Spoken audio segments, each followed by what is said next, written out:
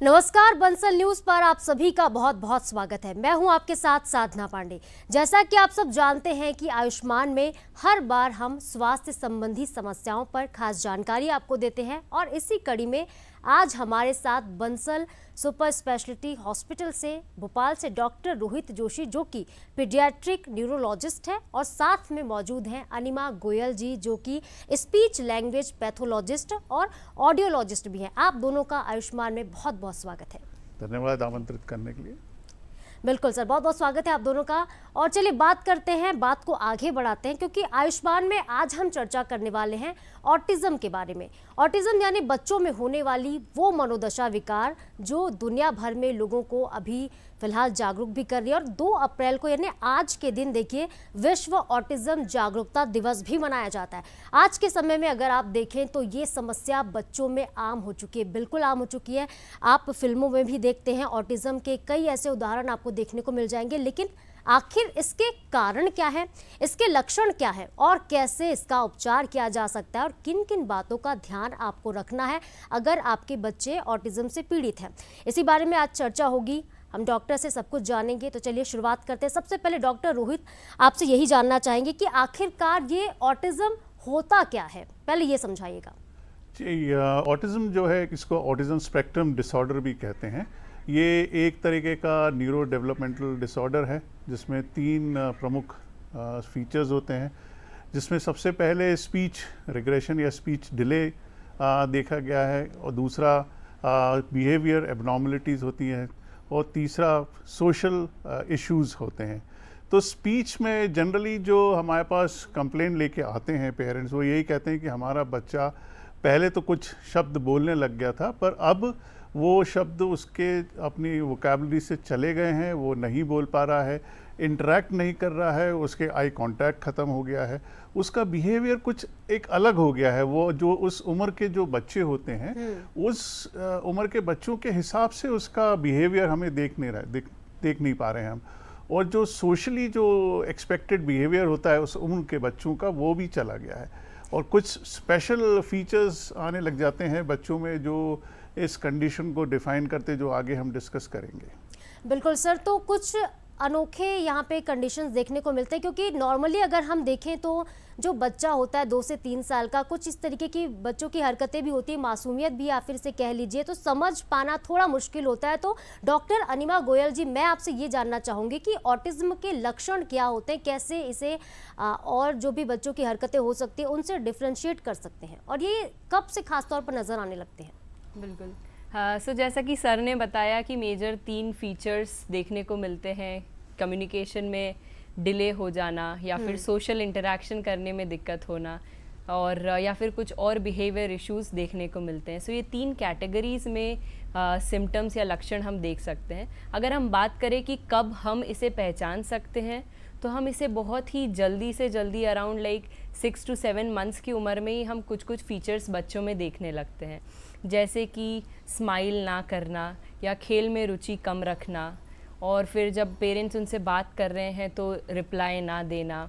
सो ये सब हम अर्ली चाइल्डहुड में देखने लगते हैं। अगर बच्चा थोड़ा और बड़ा होता है तो हम बच्चों के अंदर प्ले बिहेवियर थोड़ा डिफरेंट देखते हैं, जैसे कि चीज़ों को लाइन में जमाना या फिर रिपीटेटिव प्ले करना, एक ही चीज़ को बार बार दोहराना। इसके अलावा फ्रेंडशिप करने में या फिर रिलेशनशिप्स को मेंटेन करने में डिफ़िकल्टी होना, पॉइंटिंग करने में डिफ़िकल्टी होना, या फिर अपनी बातों को एक्सप्रेस ना कर पाना, यह सब चीज़ें हम देखते हैं। इसके अलावा मैं एक और चीज़ ये भी कहना चाहूँगी, बच्चे इको ले लिया करते हैं, जैसा आपने बोला उसी को ही वापस से रिपीट करते हैं। सो ये कुछ मेजर चीज़ें हम देख सकते हैं। इसके अलावा अगर बच्चा थोड़ा और बड़ा होता है तो फ्रेंडशिप करना, या फिर इसके अलावा रिलेशनशिप्स को मेंटेन करने में उसे डिफ़िकल्टी होती है, चीज़ दूसरों के इमोशंस समझने में या अपने इमोशंस को एक्सप्रेस करने में भी बच्चा कठिनाई महसूस कर सकता है। ठीक है डॉक्टर अनिमा जी। डॉक्टर रोहित, अगला सवाल आपसे ये रहेगा कि आखिरकार ये ऑटिज्म के कारण क्या होते हैं और कितने प्रकार के ऑटिज्म जो है वो बच्चों में देखे जा सकते हैं? क्या अलग अलग, क्योंकि देखते हैं हम लक्षण अलग अलग होते हैं, तो उस हिसाब से कितने प्रकार ऑटिज्म के होते हैं बच्चों में? जी हाँ, जो इसके पीछे काफ़ी शोध हुआ है एक्चुअली ऑटिज़म के पीछे उनके कारण ढूंढने के लिए, और कोई डेफिनेट आंसर अनफॉर्चुनेटली अभी तक नहीं मिला है। पर अगर ज़्यादा जो शोध में अभी तक जो निकला है उसमें अगर हम देखें तो ब्रॉडली 3 या 4 कैटेगरीज अपन डिफाइन कर सकते हैं जिस कारण से बच्चों में ऑटिज़म या ऑटिज़म के लक्षण दिखने लग जाते हैं। तो उसमें सबसे पहले जो मेरे अनुभव के हिसाब से, वो जो शोध के हिसाब से इन्वायरमेंटल फैक्टर जो रहते हैं वो एक बहुत ही इम्पॉर्टेंट रोल प्ले करता है, क्योंकि हमने जो आजकल जो मेजॉरिटी केसेस ऑफ ऑटिज़म जो हम देख रहे हैं वो इन्वायरमेंटल फैक्टर्स के कारण होता है। उसमें क्या फैमिली का क्या बैकग्राउंड है, फैमिली में क्या चल रहा है, फैमिली इंटरपर्सनल रिलेशनशिप्स कैसे हैं, उसका जो प्रभाव बच्चे पे पड़ता है। खासकर जो बच्चे 1-1.5 साल से होते हैं, जब उनको के होते हैं, उस समय जो उनको सोशल बैकअप मिलता है, जो उनको बिहेवियर डेवलपमेंट का अवसर मिलते हैं, उस समय अगर कुछ पारिवारिक परिस्थितियां या एनवायरनमेंट में चेंज आता है तो इनके जो बिहेवियर इश्यूज, स्पीच और सोशल इश्यूज पे बहुत फ़र्क पड़ता है। तो ये एक प्रमुख कारण होता है। उसके अलावा कुछ जेनेटिक कॉजेज भी होते हैं, अनुवांशिक कारण जिसे कहते हैं। बिल्कुल सर, मैं यही सवाल आपसे पूछना चाह रही थी अगला, क्या ये अनुवांशिक रूप से भी हो सकता है? अगर माता पिता में किसी को ऑटिज्म की बीमारी रही है तो क्या ये बच्चों में आ सकती है? बिल्कुल आ सकती, क्योंकि जीन जो एक ऐसी चीज़ है और वो पीढ़ी दर पीढ़ी अपने परिवार में चलती है। और वो किसी, और अक्सर ये अच्छा क्वेश्चन आपने पूछा, क्योंकि मेरे से पेरेंट्स अक्सर ये पूछते हैं कि ये जेनेटिक कैसे हो सकता है, क्योंकि हमारे परिवार में तो किसी को है नहीं। ये एक बहुत कॉमन क्वेश्चन होता है। पर होता ये है कि कुछ जीन्स जो होते हैं अपने, वो जनरेशन टू जनरेशन एक तरह से साइलेंट रहते हैं, वो एक्सप्रेस नहीं होते हैं। पर किसी जनरेशन में आके वो जीन्स एक्सप्रेस हो जाते हैं, और फिर उसी के कारण बच्चों के हाव भाव और उनके जो एक्सप्रेशन है, उनकी लैंग्वेज स्किल्स हैं, उस पर प्रभाव पड़ता है, और फिर अल्टीमेटली वो ऑटिज्म का रूप लेते हैं। ठीक है डॉक्टर रोहित जी, अगला सवाल डॉक्टर अनिमा गोयल आपसे है कि अगर बच्चों में ऑटिज्म के लक्षण नज़र भी आ रहे हैं तो इसका डायग्नोसिस आखिर कैसे किया जाता है? ऑटिज्म के डायग्नोसिस के लिए एक पूरी टीम अप्रोच का यूज़ करा जाता है। उस टीम के अंदर पीडियाट्रिशियन, पीडियाट्रिक न्यूरोलॉजिस्ट, एक psychologist, speech language pathologist, psychiatrist, ये पूरी टीम मिलकर बच्चे की डायग्नोसिस करती है। अगर हम डायग्नोसिस की बात करी जाए कि वो कैसे करते हैं, तो उसके लिए सबसे पहले बच्चे की एक थरो हिस्ट्री ली जाती है, जिसमें जन्म के दौरान बर्थ हिस्ट्री क्या रही है, या फिर कोई और मेडिकल कंडीशंस तो एसोसिएटेड बच्चे को नहीं है।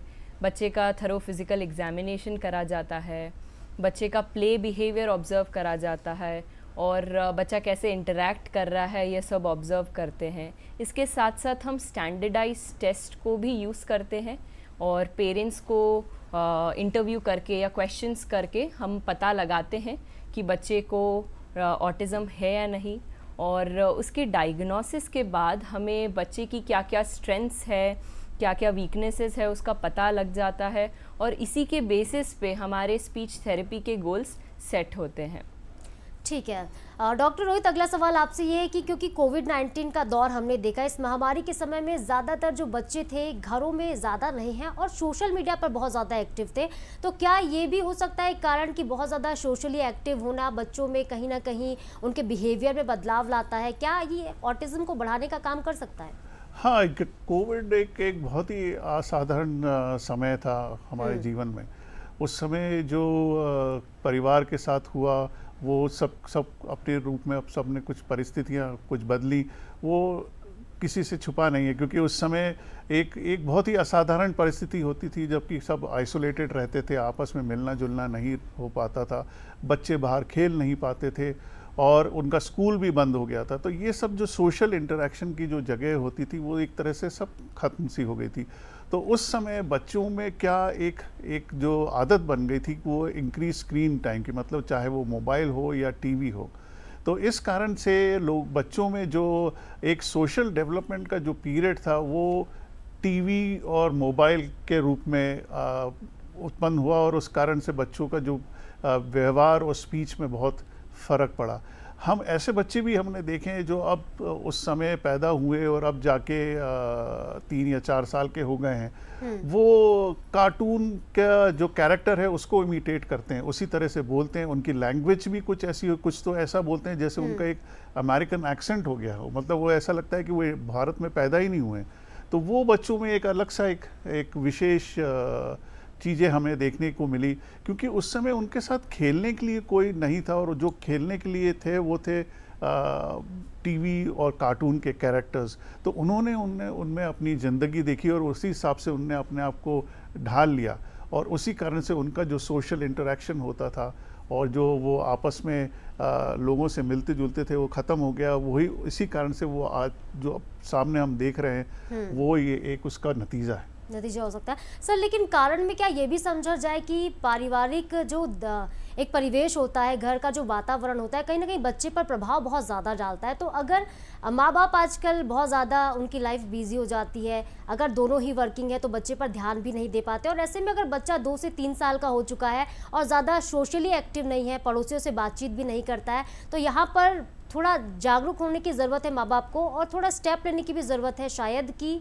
हो सकता है कि ऑटिज्म जैसी बीमारी से उनका बच्चा जूझ रहा हो और कुछ कह भी ना पा रहा हो। जी, ये बहुत अच्छा सवाल है आपका, क्योंकि जो मेरा अनुभव रहा है और जब मैं डिटेल हिस्ट्री मैंने लिया है, तो मैंने कुछ हमेशा तो नहीं, अधिकतर फैमिलीज़ में और उन बच्चों में पाया है कि उनके वहाँ पे सोशल और एक तरह का कि पारिवारिक कुछ तनाव ज़रूर है वहाँ पे उस परिवार में। या तो वो पेरेंट्स में कुछ अनबन है, या पेरेंट्स में बातचीत नहीं हो पा रही, वो जैसी होनी चाहिए वैसी नहीं हो रही है। उसी कारण से उस बच्चे पे जो प्रभाव आ रहा है वो आगे जाके ऑटिज्म का रूप ले रहा है। तो ये एक जो सोशल नेटवर्क और जो पारिवारिक परिस्थितियाँ और जो स्थितियाँ होती हैं उसमें अगर बदलाव आता है तो ये बहुत एक गंभीर रूप ले सकता है। और मैं इस प्रोग्राम से माध्यम से ये ज़रूर कहना चाहूँगा कि जो पेरेंट्स हैं, वो जो खासकर जो वर्किंग पेरेंट्स हैं, जो बिज़ी पेरेंट्स हैं, वो विशेष तौर पर ये ध्यान दें जब आपका बच्चा कम उम्र का, क्योंकि वो जब स्कूल नहीं जा रहा, ज़्यादातर समय घर में बिता रहा है, उसके साथ ज़्यादा से ज़्यादा जितना हो सके आप समय बिताएं। और मैं एक और सलाह देता हूं कि उनके साथ रात का समय जो होता है, जब बेड टाइम स्टोरीज़ का होता है, वो एक ऐसा समय होता है जब आप काफ़ी समय का मतलब उस समय आप अपने बच्चे के साथ व्यतीत कर सकते हैं और उस बच्चे के साथ एक बॉन्डिंग बना सकते हैं, क्योंकि इस कंडीशन में बॉन्डिंग का भी एक इशू होता है जब पेरेंटल बॉन्डिंग अच्छी नहीं पाई जाती है। ठीक है डॉक्टर रोहित जी। डॉक्टर अनिमा, आपसे अगला सवाल है कि क्या ऑटिज्म को हम प्रिवेंट कर सकते हैं क्या? रिसर्च के ऐसी कोई ज़्यादा रिसर्च सपोर्ट नहीं करती है ऑटिज़म के प्रिवेंशन पर, बट कुछ फैक्टर्स होते हैं जो कि ऑटिज़म को प्रमोट कर सकते हैं। सो उन फैक्टर्स को अगर हम कंट्रोल करें तो कुछ हद तक प्रिवेंशन तो मैं नहीं कहूँगी, बट ये कहेंगे कि उसके चांसेस ज़रा से कम हो सकते हैं। सो अगर हम फैक्टर्स की बात करें तो वह यह हो सकता है कि प्रेगनेंसी के दौरान अगर अल्कोहल या स्मोकिंग का कंजम्पशन हो रहा है तो शायद उसके चांसेस थोड़े बढ़ जाते हैं। इसके अलावा दवाइयाँ टाइम से नहीं लेना, अनहेल्दी लाइफस्टाइल होना, ये सब कुछ फैक्टर्स है। एक और फैक्टर्स जो अभी ज़्यादा देखने में आ रहा है वह है एल्डरली प्रेगनेंसी। अगर 35 to 40 इयर्स के बाद की प्रेगनेंसी होती है तो 77% चांसेस बढ़ जाते हैं ऑटिज़म की संभावना, ऑटिज़म के होने के। बट ऐसा नहीं है हर मदर जो कि एल्डरली प्रेगनेंसी है उन सभी के बच्चों को ऑटिज़म होगा। सो प्रिवेंशन का सही रिसर्च तो ऐसी कोई भी नहीं है जो सपोर्ट करे कि ऑटिज़म इससे प्रिवेंट करा जा सकता है, बट हाँ इन सब फैक्टर्स को अगर हम ध्यान रखें तो हम इसके चांसेस कुछ प्रतिशत कम कर सकते हैं। ठीक है डॉक्टर अनिमा जी। डॉक्टर रोहित, अगला सवाल आपसे मैं लेना चाहूँगी कि एक देखिए जहन में सवाल लोगों के भी बार बार आ रहा होगा कि क्या ऑटिज़म वाकई कोई बीमारी है? क्या इसे बीमारी का दर्जा दिया जाता है? कह सकते हैं कि अगर किसी को ऑटिज़म है तो वो किसी गंभीर बीमारी से जूझ रहा है, क्या ये कोई एक लाइलाज बीमारी है या फिर इसका इलाज भी संभव हो सकता है? इसको एक बीमारी के रूप में ना लेके एक परिस्थिति के रूप में लें तो वो ज़्यादा अच्छा है कि एक प्रॉब्लम के रूप में लें तो वो ज़्यादा अच्छा है, क्योंकि अगर बीमारी के रूप में लेंगे तो वो इसके साथ एक स्टिग्मा एसोसिएटेड हो जाएगा। वो मैं नहीं चाहता और ना ही कोई और चाहेगा। तो इसको एक विशेष परिस्थिति के रूप में लें और उसको चैलेंज लेते हुए उसको समझें और उसको डील करें तो उसमें ज़्यादा अपन को बेनिफिट रहेगा।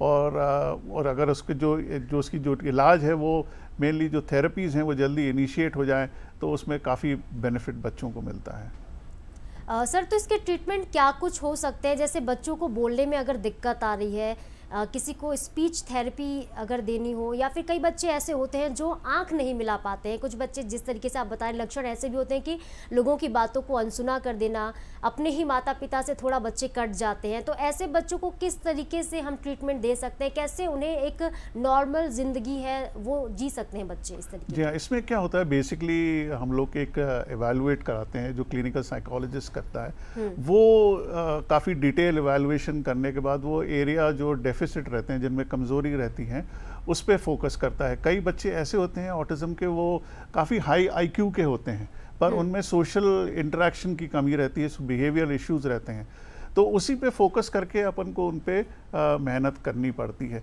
अब जो इलाज का जो और इसका ट्रीटमेंट का जो आपने सवाल मेरे से किया है, उसमें डिपेंड ये करता है कि उसमें कॉज क्या है। मेनली जो अगर उसके पीछे कोई डेफिनेट मेडिकल रीज़न है तो उसको अगर अपन दवाइयों से ट्रीट होता, पर ये इस प्रोग्राम से माध्यम से मैं ये कहना चाहूँगा कि ऑटिज़म का जो मेन ट्रीटमेंट है वो थेरेपीज़ हैं। उसमें सबसे पहले स्पीच थेरेपी हैं जो अनिमा जी देती हैं, उसके बाद ऑक्यूपेशनल थेरेपी होती है। ऑक्यूपेशनल थेरेपी वो होती है जिसमें अपन के बच्चों को फाइन मोटर स्किल्स सिखाई जाती है, जिसमें कि बच्चा जो पेंसिल पकड़ना, लेस बांधना, चीज़ें छोटी छोटी जो फाइन फिंगर मूवमेंट्स होते हैं उसका जिसमें उसका उपयोग आता है, वो स्किल भी डेफिसिट होती है तो उसमें उनको हेल्प मिलती है। उसके अलावा बिहेवियर मॉडिफिकेशन थेरेपीज़ होती हैं वो दी जाती हैं। तो ये कुछ स्पेशल थेरेपीज़ हैं, ये दी जाती है। उसके अलावा मेडिसिन का जो रोल है वो तभी आता है जब ऑटिज़म के साथ कुछ और भी एसोसिएटेड है।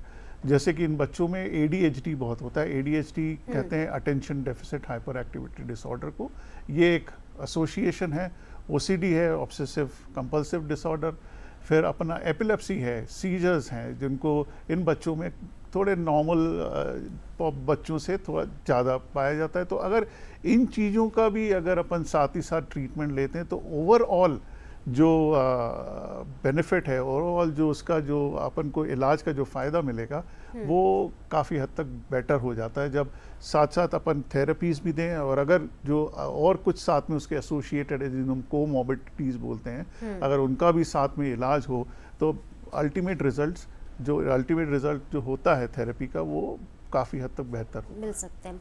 ठीक है डॉक्टर रोहित, आप ये कह रहे थे कि अनिमा गोयल जी जो कि स्पीच लैंग्वेज पैथोलॉजिस्ट हैं और ऑडियोलॉजिस्ट भी हैं। मैम आप अनिमा जी ये ज़रा समझाएगा कि अगर बच्चा बोलने में असमर्थ है, किस तरीके से आप लोग उनको थेरेपी देते हैं कि वो अपने कम से कम मन की जो भावनाएं हैं वो अपनों को बता सकें? बिल्कुल। स्पीच थेरेपी जो होती है उसमें हम बच्चे के 3 एरियाज़ पर फोकस करते हैं। पहला है कम्युनिकेशन डिफ़िकल्टीज़ पर, सेकंड है सोशल स्किल्स पर, मतलब अपनी फीलिंग्स को एक्सप्रेस करना या फिर किसी दूसरे की फीलिंग्स को समझना। थर्ड हमारा जो डोमेन रहता है जिस पे हम वर्क करते हैं वो होता है फीडिंग डिफ़िकल्टीज़। मतलब ऑटिज़म के जो बच्चे होते हैं उनमें सेंसरी प्रोसेसिंग डिसऑर्डर भी देखा जाता है। मतलब अगर आप कुछ उन्हें टेक्सचर मुंह में अगर वो खाते हैं तो उन्हें डिफ़िकल्टी होती है उसे समझने में या खाने में। तो फीडिंग चैलेंजेस भी हम स्पीच थेरेपी के अंदर वर्क करते हैं। अगर हम इन तीनों को थोड़ा और डिटेल में समझे कि कम्युनिकेशन में हम स्पीच थेरेपी में क्या करते हैं, तो जैसे कि सर ने बताया ऑटिज़म के बच्चे काफ़ी डिफरेंट होते हैं एक दूसरे से। कुछ बच्चे नॉन वर्बल होते हैं जो कि बिल्कुल नहीं बोल पाते, कुछ बच्चे वर्बल होते हैं जो कि अपनी चीज़ों को कम्युनिकेट कर सकते हैं बट स्टिल थोड़े चैलेंजेस वो कम्युनिकेशन में फेस करते हैं, जैसे कि कॉन्वर्जेशन को मेंटेन करना या कॉन्वर्जेशन को एंड करना, इनडायरेक्ट मीनिंग को समझना, ये सब चैलेंजेस उन्हें फेस करने पड़ते हैं। सो हम थेरेपी में ये गोल लेते हैं। अगर बच्चा नॉन वर्बल है, कुछ बोल ही नहीं पा रहा है, तो कुछ ऑल्टरनेटिव मोड्स ऑफ कम्युनिकेशन होते हैं, जैसे कि कम्युनिकेशन बोर्ड का इस्तेमाल करना या फिर कुछ हाई टेक डिवाइसेस होती है वो हम टैब में डाउनलोड करके बच्चों को उस पर ट्रेन कर सकते हैं ताकि वो अपनी वांट्स और अपनी नीड्स को कम्युनिकेट कर सके। और इमोशंस पे बच्चों को ट्रेन करा जाता है, सोशल स्किल्स पर ट्रेन करा जा सकता है। एंड फीडिंग वाइज कुछ मसाजेस के थ्रू और कुछ एक्सरसाइजेस के थ्रू बच्चे के सेंसरी इश्यूज पर वर्क करा जा सकता है। ठीक है मैम। डॉक्टर रोहित, आपसे एक सवाल ये भी बनता है कि अगर आपका बच्चा ऑटिज्म से पीड़ित है, लेकिन क्या वो स्कूल जा सकता है या नॉर्मल बच्चों की तरह पढ़ाई में आगे बढ़ सकता है? क्योंकि आप जिस तरीके से कह रहे हैं, ऐसे बच्चों का IQ लेवल बहुत अच्छा होता है और कुछ बच्चे ऐसे भी हो सकते हैं जो पढ़ाई में मन ना लगाते हो, लेकिन क्या ये दूसरे आर्ट में काम कर सकते हैं या फिर किसी दूसरे क्षेत्र में अपना करियर बना सकते हैं? हाँ, ये बहुत अच्छा सवाल है। ये एक्चुअली डिपेंड करता है क्या लेवल ऑफ ऑटिज्म है। अगर ये माइल्ड ऑटिज्म है तो वो जनरल मेन स्ट्रीम स्कूल में जा सकते हैं, पर इसमें अपन को बहुत ही केयरफुल रहना पड़ता है, क्योंकि क्या होता है कि ऐसे बच्चे जिनको ऑटिज्म होता है वो अगर मेन स्ट्रीम स्कूल में जाते हैं तो उनको एक प्रेशर, एडिशनल प्रेशर फेस करते हैं, क्योंकि उनको वहाँ पे वो चैलेंजेस मिलते हैं जो वो जिसमें कि वो हो सकता है कंफर्टेबल नहीं रहें, और उस कारण से उनका जो ऑटिज्म के फीचर्स हैं वो और प्रभावित हो जाएं। पर कुछ बच्चे अच्छा भी करते हैं, ऐसा नहीं है कि सभी बच्चों को ये परेशानी आती है। कुछ बच्चों को हमने ये देखा है कि जो स्कूल में गए तो उनका कम्युनिकेशन स्किल बड़ा अच्छा इम्प्रूव हुआ है, उनका सोशल स्किल्स अच्छे इम्प्रूव हुए हैं, क्योंकि वहाँ उनको एक ऐसा एनवायरनमेंट मिला, बच्चों के साथ खेलने का मौका मिला जो अभी तक वो जिसमें अभाव में जी रहे थे। तो वो ये सब मिलने के बाद उनमें काफ़ी चेंजेस आए और उनके जो स्किल्स थे वो इम्प्रूव हो गए। पर हाँ, अगर ये मॉडरेट टू सीवियर ऑटिज्म है तो मैं ये एक एडवाइस करता हूँ कि आप मेन स्ट्रीम स्कूल में ना जाएं। अपने देश में अनफॉर्चुनेटली स्पेशल एजुकेशन के बारे के लिए बहुत डेफिसिट हैं हम लोग। हमारे पास स्पेशल एजुकेशन स्कूल की सुविधा नहीं है। विदेशों में स्पेशल एजुकेशन स्कूल हैं जहाँ होते हैं, जहाँ पे इस तरह के बच्चे जाते हैं और उनको एक तरह की स्पेशल एजुकेशन दी जाती है और वो उनको भी साक्षरता के प्रति उनको भी काफ़ी हेल्प मिलती है। बिल्कुल सर, स्कूल तो अहम भूमिका निभाते ही, लेकिन अगर घर की बात करें, क्योंकि शुरुआत तो घर से ही होनी चाहिए। अगर आपका बच्चा ऑटिज्म से पीड़ित है तो सबसे पहले आप उन माँ बाप को क्या सलाह देना चाहेंगे, किस तरीके से वो अपने बच्चे की देखभाल करें? ये आपने बहुत ही अच्छा पॉइंट छेड़ा है, क्योंकि ये हमारे अक्सर जो कम्युनिकेशन होता है पेरेंट्स के साथ, तो मैं उनको यही कहता हूँ, क्योंकि वो मेरे पास आते हैं 1.5 या 2 साल की उम्र पे, जब उनको लगता है कि हाँ वाकई मेरे बच्चे को ऑटिज्म है, आप बताइए हम क्या करना है। तो मैं उनको यही क्वेश्चन यही पूछता हूँ और उनसे यही उनको समझाने की कोशिश करता हूँ कि आप ये देखिए कि आपका बच्चा मेरे पास आया है 1.5 साल की उम्र पे, उसके बाद आप थेरेपी अगर जाते हैं तो वहाँ दिन में 1 या 2 घंटे के लिए जाते हैं, तो वो भी हफ्ते में 3 या 4 या 5 बार। उसके बाद आपका मेन टाइम कहाँ बीत रहा है, वो है परिवार के साथ, तो वो लगभग 22 घंटे आप समझ लीजिए। तो मैं उनको यही बोलता हूँ कि आपका परिवार ही बच्चे के लिए एक मेन थेरेपी सेंटर है। अगर वहाँ आप अच्छा एनवायरनमेंट लाएंगे, घर का मेंटल हेल्थ अच्छे रखेंगे, आपस में एक दूसरे को सपोर्ट करेंगे और आपने अगर जो परेशानियाँ हैं वो आपस में डील करते हुए उनको बच्चे को भी प्रोत्साहन देंगे, तो काफ़ी एक बहुत मदद मिलती है बच्चे को थेरेपीज के साथ। बिल्कुल डॉक्टर रोहित। और डॉक्टर अनिमा जी, मेरा आपसे भी यही आखिरी सवाल होगा कि आप क्या लोगों को सलाह देना चाहेंगी, और ये भी साथ में आखिरी सवाल है कि सरकार ने क्या कुछ ऑटिज्म से पीड़ित बच्चों के लिए योजनाएं बनाई हैं जो आप बताना चाहें? बिल्कुल। सो मैं यही पेरेंट्स को यही सलाह देना चाहूँगी कि हम हमारे एनवायरनमेंट्स में कुछ मॉडिफिकेशंस कर सकते हैं ताकि बच्चे के लिए कम्युनिकेट करना थोड़ा इजी हो। फॉर एग्जांपल जैसे कि जब हम उनसे बात कर रहे हैं तो हम मल्टी मोडालिटी अप्रोच का यूज़ करें, एक से ज़्यादा मोडालिटीज़ जैसे हम बोल रहे हैं, साथ साथ में अगर हम उस चीज़ का एक्शन भी अगर करते हैं या बच्चे को विजुअली अगर हम वो चीज़ दिखाते हैं तो बच्चे के लिए उसे प्रोसेस करना इजी हो जाता है।